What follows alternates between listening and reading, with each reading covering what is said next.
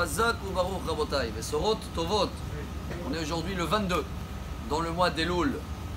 Et comme on essaye de travailler jour pour mois selon les 12 derniers jours du mois d'Elul, alors aujourd'hui c'est la journée qu'elle correspond, qu'elle répare le mois de Shvat.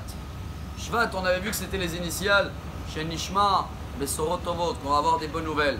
Mais apparemment, ceux-là qui lisent les informations et tout, en Israël en tous les cas, ils parlent d'un confinement total pendant tous les fêtes, Rosh Hashanah, Kippour, Sukkot.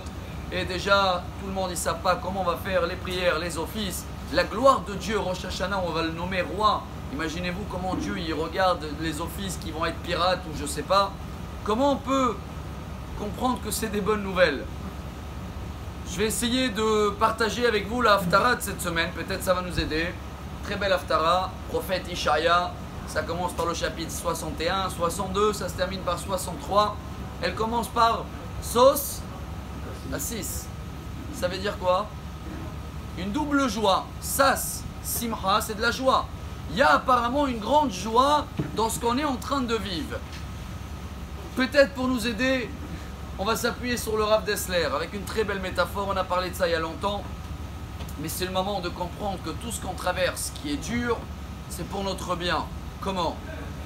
Je pense que chacun de vous qui mange beaucoup des bonbons, un jour il va devoir passer chez le dentiste.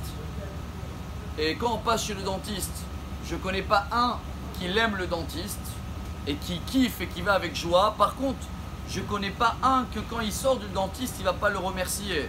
Ce qui veut dire que même si on est en train de traverser un soin dans le monde, parce que tellement on a reçu des bonbons, tellement on a été gâté, qu'on s'est fait des caries. Et maintenant, il faut les soigner. Et là, on est dans un soin intensif où après ça, on va comprendre que c'était pour notre bien.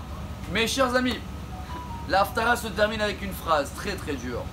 Bechol tsaratam lo tsar. Umalach panav oshiam be'avato vechemlato u'ge'alam va'inatelem va'inasehem kol yemei olam. On va attraper les 4 derniers mots avant le shofar. Bechol tsaratam lo tsar. Quand nous on souffre, Dieu aussi il souffre.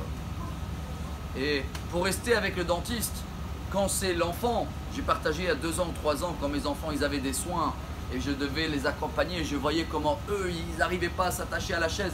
J'avais mal pour eux, mais c'était une double souffrance et mal parce que physiquement et en plus mal à la poche.